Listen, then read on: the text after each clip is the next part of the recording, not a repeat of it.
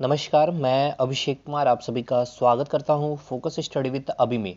तो LP technician के regarding 3 doubt आप लोगों ने कमेंट में काफ़ी बार पूछे हैं।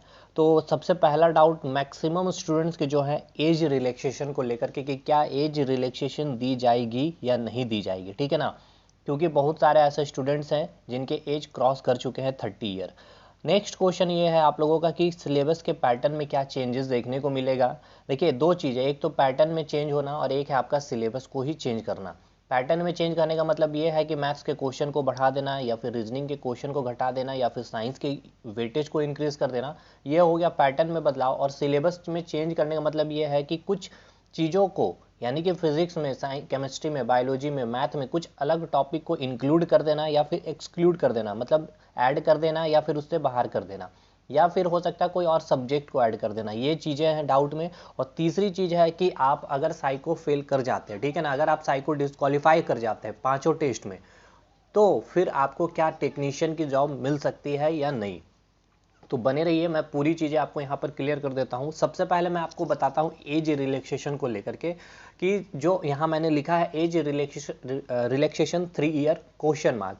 देखिए सबसे पहले मैंने एक तो आपको मतलब आपके पास अपना जो है क्या है, एक आप अपना बेस बना सकते हैं या फिर आप गवर्नमेंट से या फिर रेलवे मिनिस्ट्री से भी आप अपने आपको एक बेस के अकॉर्डिंग दो चीज़ों को रख सकते हैं। एक तो आपका एसएससी जीडी हो गया, ठीक है, और कल ही आपका सीआरपीएफ में भी आपको 3 साल का रिलैक्सेशन मतलब दे दिया गया।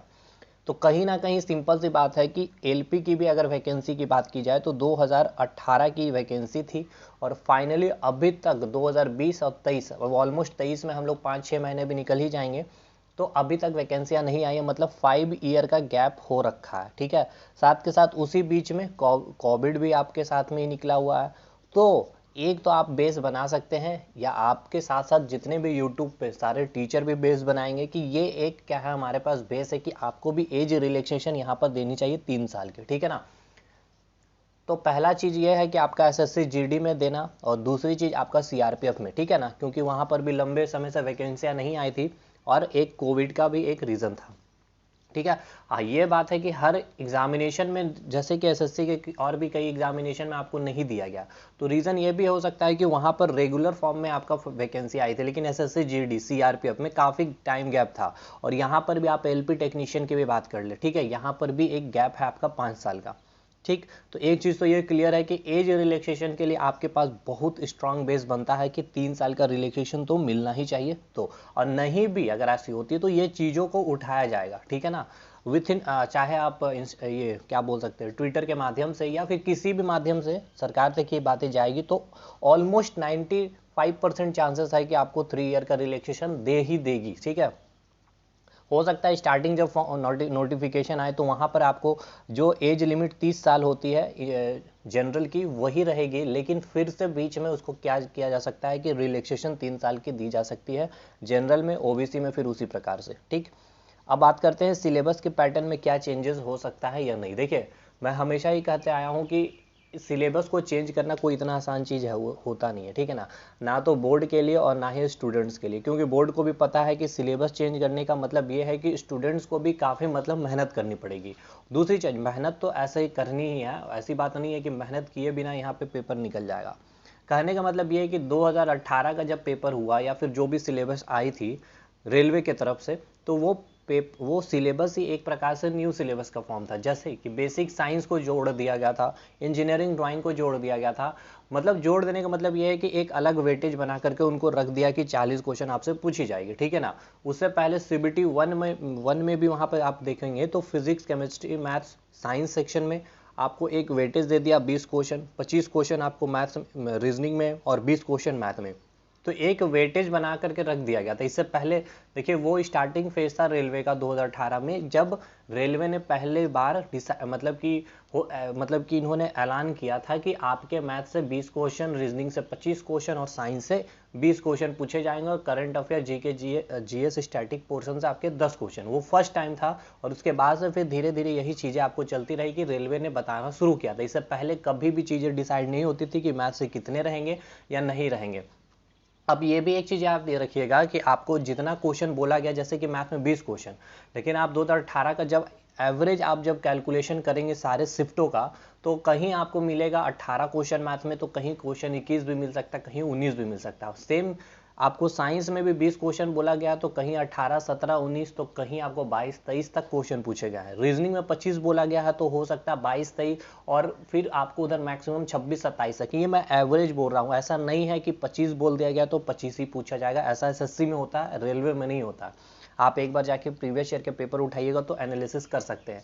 तो पहली चीज क्लियर है क्या, एज रिलैक्सेशन मिलेगी एकदम 95% गारंटी के साथ कह रहे हैं हम लोग। बाकी ये बेस जो है उसके अकॉर्डिंग हमने कहा। दूसरी चीज, सिलेबस के पैटर्न में चेंज करना मुश्किल है, क्योंकि 2018 में पेपर का पैटर्न चेंज कर दिया गया था। अभी देखिए, अगर बहुत कुछ, अगर देखिए सीईटी लागू होगा, उसके अंदर अगर ये वैकेंसी आती तो इंग्लिश को इंक्लूड किया जा सकता था। बाकी कोई सिलेबस के पैटर्न में ना तो सिलेबस में चेंज होगा। सिंपल सी चीज मैं बोल रहा हूँ साफ शब्दों में कि सिलेबस नहीं बदलेगा। सेम सीबीटी 1 में मैथ, रीजनिंग, साइंस रहेगा और जीके जीएस का 10 नंबर का वेटेज, और सीबीटी 2 में आपका maths, reasoning, basic science, engineering, drawing और आपका ट्रेड पेपर रहेगा, और फिर फाइनली आपका एलपी के लिए साइको का पेपर रहेगा। मतलब कोई भी चेंजेस आपको देखने को नहीं मिलेगी, ठीक है। अब बात करते हैं कि अगर आपका साइको क्लियर नहीं होता है तो क्या इस दौरान आपको टेक्नीशियन मिलेगा। लेकिन देखिए, अगर आप डिप्लोमा किए हुए हैं या फिर अगर आप बीटेक किए हुए हैं, ठीक है, तो इस केस में आप तभी जाकर के आप साइको देंगे, और एक तो आप आईटीआई किए होंगे तो आपको साइको देने का मिलेगा। मतलब अगर आपने प्रायोरिटी में एलपी को भी अगर चूज किया है, ठीक है ना, प्रायोरिटी में अगर आपने एलपी को फिक्स किया है कि yes I am also interested for LP and technician, अब आप डिप्लोमा बीटेक वाले हैं तो आप टेक्नीशियन के लिए आप प्रायोरिटी में डाल ही नहीं सकते हैं। आप एसएनटी वाला टेक्नीशियन में डालेंगे, जिसमें आपका +2 वाले भी फाइट करेंगे, ठीक है ना, उसमें सभी कोई फाइट करेंगे, डिप्लोमा वाले भी, बीटेक वाले भी और आईटीआई वाले भी, जिसमें नंबर ऑफ वैकेंसियां बहुत ही कम होगी, 5000 से 6000। और जब आप अपने जोन में जाएंगे वहां 200 से 300, और जब आप अपने कैटेगरी में आएंगे तो वहां 50-60 के बीच फाइट होती है, जहां कट ऑफ, मैं सिंपल तो बता रहा हूं, हाईएस्ट कट ऑफ पिछले बार 92, 93 रही थी। तो अब देखिए साइको की बात करते हैं कि अगर आपका साइको क्लियर नहीं होता है तो अगर आपका साइको क्लियर नहीं होता और अगर आपने डिप्लोमा केवल किया हुआ है और अगर आपने केवल बीटेक किया हुआ है, तब इस केस में आप जो टेक्नीशियन के लिए जो एसएनटी वाला जो टेक्नीशियन है, ठीक है ना, 5000 सीट या 6000 जो कम वैकेंसी आती है, उसके लिए आप फाइट कर रहे होंगे। मतलब कि सीबीटी 1 में, सॉरी सीबीटी 2 में अब आपका जो मेरिट बन रहा होगा और जो एसएनटी का टेक्नीशियन पे जो कटअप बनेगा उस पे आप फाइट कर रहे होंगे। लेकिन जो टेक्नीशियन आईटीआई लेवल का होता है, जिसमें अच्छी खासी वैकेंसियां होगी, कम से कम 30 से 35 हजार, उसमें आप एलिजिबल नहीं होंगे, ठीक है। और अगर आप आईटीआई किए हुए हो और अगर आपने आईटीआई किया तो आप टेक्नीशियन के लिए भी एलिजिबल है और एलपी के लिए भी एलिजिबल है। आप सबसे पहले आपका तो देखिए सीबीटी 2 के बाद अब टेक्नीशियन का काम खत्म, आपको उसमें केवल मेरिट बनना होगा, लेकिन एलपी के लिए आपको साइको देना होगा। और अगर आप साइको फेल कर जाते हैं और अगर आपने आईटीआई किए हुए हैं, अगर आपका साइको फेल हो गया, आपने 5 टेस्ट में कोई भी एक टेस्ट क्वालिफाई नहीं कर पाया, मतलब आपने साइको फेल कर गया भाई, ठीक है। तो आप, अगर आपको साइको के बारे में आइडिया नहीं है तो आप मेरे चैनल पे जाकर देखिएगा, मैंने चीज़ें बताई है, मैंने अपना स्कोर कार्ड भी दिखाया है कि पांचों टेस्ट में कितने कितने मार्क्स लाए जा सकते हैं, कितने नहीं लाए जा सकते, मैक्सिमम कितने आ सकते हैं, ठीक है। वो सारी चीज़ें मैंने अपने स्कोर कार्ड दिखाए हैं। तो देखिए, अगर आपने आईटीआई किया हुआ है और अगर आपका साइको क्लियर नहीं होता है तो भी आप टेक्नीशियन के लिए एलिजिबल होंगे, ठीक है ना। मतलब बहुत अच्छी चांसेस है किनके लिए, आईटीआई वालों के लिए। ये ध्यान रखिएगा, आईटीआई वालों के लिए बहुत ही अच्छी चांस है। आपका साइको क्लियर नहीं होता है और अगर आपको ऐसा लगता है कि आपके पास 6/6, ठीक है ना, आई विजन नहीं है, तो भी आप स्किप कर सकते हैं साइको को और आप जाकर के डायरेक्ट टेक्नीशियन के लिए, क्योंकि आपको पता होना चाहिए टेक्नीशियन की कट ऑफ, ठीक है ना, 55, 52, 57, 53, 52, इसी के रेंज में घूमती है।